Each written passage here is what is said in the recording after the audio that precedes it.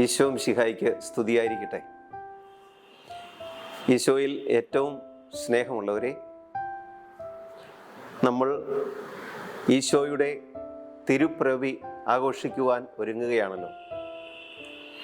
ഈ ക്രിസ്മസിന് മുൻപായി ചില വിശുദ്ധ ഗ്രന്ഥ സന്ദേശങ്ങൾ പല സ്ഥലത്തു നിന്നും നമുക്ക് ലഭിക്കുന്നുണ്ട്. അങ്ങനെയുള്ള ഒരു സന്ദേശത്തിൻ്റെ ഭാഗമായിട്ട് തിരുവചനത്തെ ആസ്പദമാക്കി ഒന്ന് രണ്ട് കാര്യങ്ങൾ നിങ്ങളോട് സംസാരിക്കുവാൻ ആഗ്രഹിക്കുകയാണ്. വിശുദ്ധ മത്തായിയുടെ സുവിശേഷത്തിലെ 1-ാം അധ്യായം 20 മുതൽ 22 വരെയുള്ള തിരുവചനങ്ങളാണ് ഞാൻ ഊന്നൽ നൽകി സംസാരിക്കുന്നത്. അവിടെ വിശുദ്ധ യൗസേപ്പ് പിതാവിൻ്റെ ഒരു സ്വപ്നത്തെക്കുറിച്ചുള്ള പരാമർശമാണ്. നമുക്കറിയാം, യൗസേപ്പ് പിതാവ് ഒരു സ്വപ്നത്തിൻ്റെ ആളാണ്. പക്ഷേ സ്വപ്നാടനമല്ല. സ്വപ്നം എന്നുള്ളത് ദൈവം ഇടപെട്ട് ചില കാര്യങ്ങൾ വെളിപ്പെടുത്തി കൊടുക്കുന്ന അവസരങ്ങളാണ് യോസേപ്പിനെ സംബന്ധിച്ച്. ഞാൻ ഈ മേൽപ്പറഞ്ഞ വിശുദ്ധ ഗ്രന്ഥ ഭാഗത്ത് വിശുദ്ധ യൗസേപ്പ് പിതാവ് വലിയ ദുഃഖത്തോടു കൂടി ആയിരിക്കുന്ന സമയത്ത് മാലാഖ ഒരു ദർശനത്തിൽ, സ്വപ്നത്തിൽ എന്ന പോലെ പ്രത്യക്ഷപ്പെട്ട് വളരെ കൃത്യമായ ചില കാര്യങ്ങൾ അദ്ദേഹത്തെ ധരിപ്പിക്കുകയും, ഞാൻ സൂചിപ്പിച്ചതുപോലെ യൗസേപ്പ് പിതാവിനെ കുറിച്ച് ചിന്തിക്കുമ്പോൾ ഞാൻ സ്വപ്നത്തിൻ്റെ മനുഷ്യനാണെന്ന് പറഞ്ഞു. 4 സ്വപ്നങ്ങൾ യൗസേപ്പ് പിതാവിൻ്റെ ജീവിതത്തിലുള്ളതായി മത്തായിയുടെ സുവിശേഷത്തിലെ ആദ്യത്തെ ഭാഗങ്ങൾ അഥവാ 1ഉം 2ഉം അധ്യായങ്ങൾ സാക്ഷ്യപ്പെടുത്തുന്നുണ്ട്. അതിൽ ആദ്യത്തേത് കന്യക ഗർഭം ധരിച്ചൊരു പുത്രനെ പ്രസവിക്കുമെന്നുള്ള സൂചനയുള്ള കന്യക ഗർഭധാരണവുമായി ബന്ധപ്പെട്ട ഒരു സ്വപ്നമാണ്.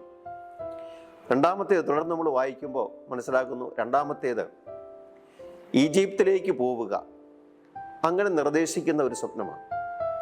മൂന്നാമത്തേത് ഈജിപ്തിൽ നിന്നും മടങ്ങിപ്പോരുക. നാലാമത്തേത് നസ്രത്തിൽ പോയി താമസിക്കുക. ഇങ്ങനെയുള്ള യാത്രകൾ ഉൾക്കൊള്ളുന്ന 3 സ്വപ്നങ്ങളും പരിശുദ്ധ കന്യകാമറിയത്തിൻ്റെ സ്വർഗീയ ഗർഭധാരണവുമായി ബന്ധപ്പെട്ട മറ്റൊരു സ്വപ്നവും എങ്ങനെയാണ് യൗസേപ്പ് പിതാവിൻ്റെ ജീവിതത്തെ കാണുക. ഞാൻ പറഞ്ഞതുപോലെ ഇത് ദൈവം ഇടപെടുന്ന ഒരു അനുഭവം. ഇപ്പോൾ ആദ്യത്തെ ഈ ഒരു സ്വപ്നത്തിൽ മാലാഖ യൗസേപ്പ് പിതാവിൻ്റെ അടുത്ത് ചെന്ന് പറയുന്ന ഭാഗം, മറിയത്തെ ഭാര്യയായി സ്വീകരിക്കുവാൻ ശങ്കിക്കേണ്ട. ഇപ്പോൾ യൗസേപ്പ് പിതാവിൻ്റെ മാനസികാവസ്ഥ എപ്രകാരമുള്ളതാണെന്ന് മനസ്സിലാക്കുക. അപ്പോൾ കാര്യങ്ങളുടെ സത്യാവസ്ഥ സ്വർഗത്തിൽ നിന്ന് വെളിപ്പെടുത്തി കൊടുത്തുകൊണ്ട് യൗസേപ്പ് പിതാവിനെ ബോധ്യപ്പെടുത്തുകയാണ്. സത്യങ്ങൾ കേൾക്കുമ്പോൾ, സ്വർഗീയ സത്യങ്ങൾ കേൾക്കുമ്പോൾ അത് ബോധ്യത്തിലേക്ക് നയിക്കുക.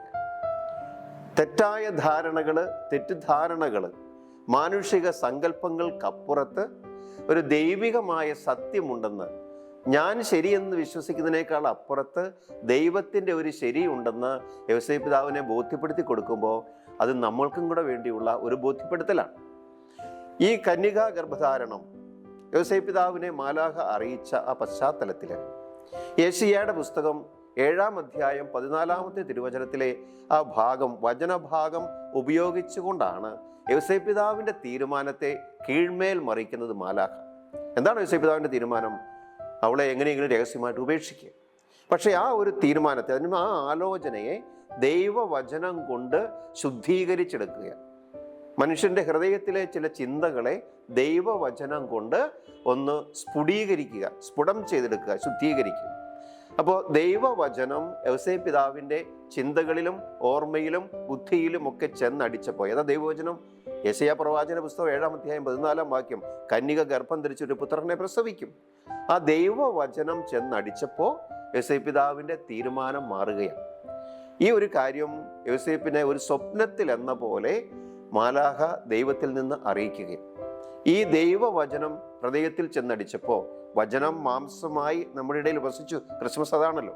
അപ്പൊ ദൈവവചനം തന്നെ സ്വപ്നത്തിൽ യൗസേപ്പിന്റെ ഹൃദയത്തിൽ അടിച്ചപ്പോൾ, മനസ്സിലടിച്ചപ്പോൾ അദ്ദേഹത്തിന്റെ തീരുമാനത്തിന് മാറ്റം വരിക. ദൈവ തിരുമനസ്സിന് വിധേയനാകാൻ ദൈവം തന്നെ അവിടുത്തെ തിരുവചനങ്ങൾ പ്രയോജനപ്പെടുത്തുക.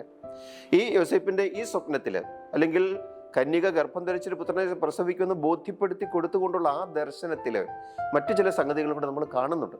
നമ്മൾ ആനുകാലികമായ ചില കാര്യങ്ങൾ മനസ്സിലാക്കുമ്പോൾ എവിടെ സ്ത്രീ സുരക്ഷയ്ക്ക് ഭംഗമേൽക്കുന്നുവോ അവിടെ തക്ക സമയത്ത് ദൈവം ഇടപെടുന്നു എന്ന് നമ്മൾ കാണുകയാണ്.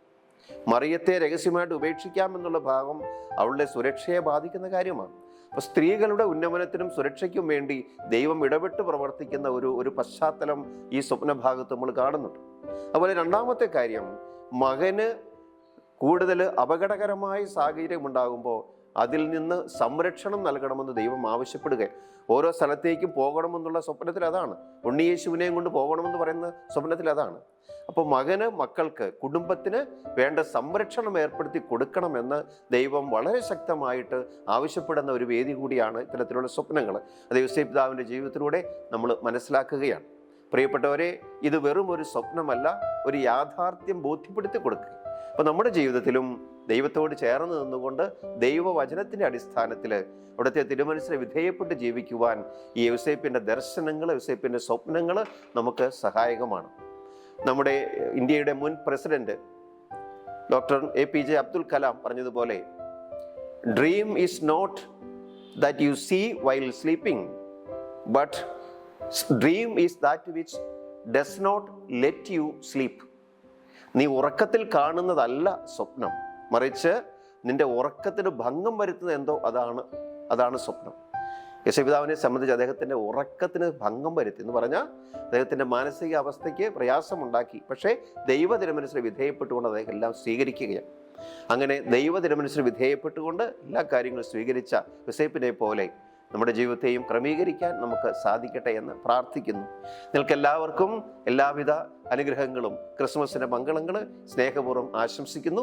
വിശുദ്ധ യോസേപ്പ് പിതാവിൻ്റെയും പരിശുദ്ധ കന്യകാമറിയത്തിൻ്റെയും സംരക്ഷണം ഏവർക്കും ഉണ്ടാകട്ടെ എന്ന് പ്രാർത്ഥിക്കുന്നു.